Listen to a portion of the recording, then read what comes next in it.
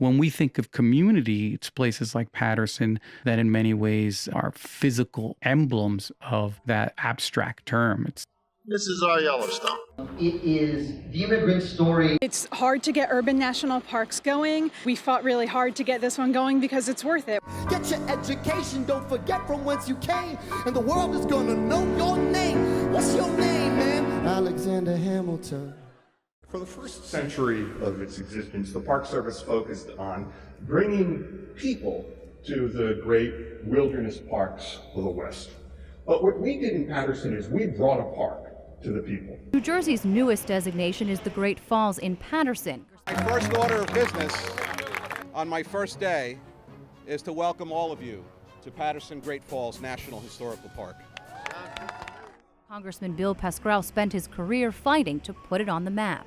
This is our Yellowstone. This is our Yellowstone.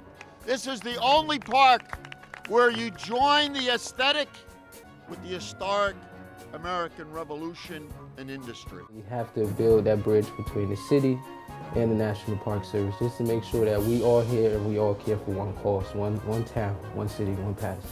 Our national park is just a few years old, but it's beginning to improve Paterson's image as a place to visit, to live, to work, and invest.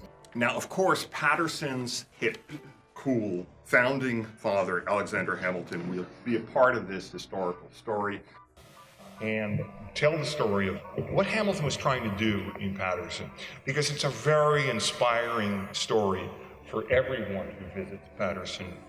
The $10 founding father without a father got a lot farther by working a lot harder, by being a lot smarter, by being a self-starter. I really like the history. Ever since I was a child, I've always loved history and learning about different places and new stuff. So this was an amazing project for me to get interactive with. It kind of feels like a personal thing because we really did work hard on it. Alexander Hamilton, during the Revolutionary War, took a moment to sit with George Washington, to marvel at that falls, and to dream that those waterfalls can be the engine for American greatness, really one of the great economic engines of this nation. The American dream often seems to burn most brightly in the minds of immigrants, and Hamilton was no exception. A lot of the other founders were nativists, and Hamilton believed that immigrants made America stronger.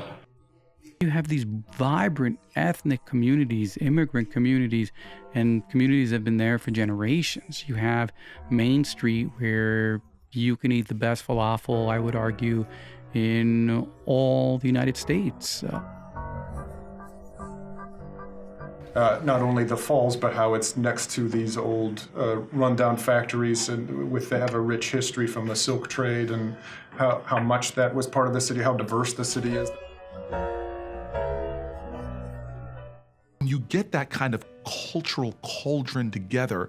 Something else that sprang forth with the arts were incredible expressions of American culture, poets and musicians who helped actually shape all of American culture and being exported globally as well. There's always something new to take in because it's so visually, it's such a visually arresting place. There's always something else to find. This incredible historic stadium that had integrated crowds. They were watching some of the greatest athletes in all of America and being inspired by them. And so that's something that's very good. It was shaping not just black culture, but shaping American culture. Well, I think it's very special, obviously. How many municipalities can boast 225 years and have accomplished what those Patersonians did throughout those years? Where industry was born, where dramatic changes took place in America.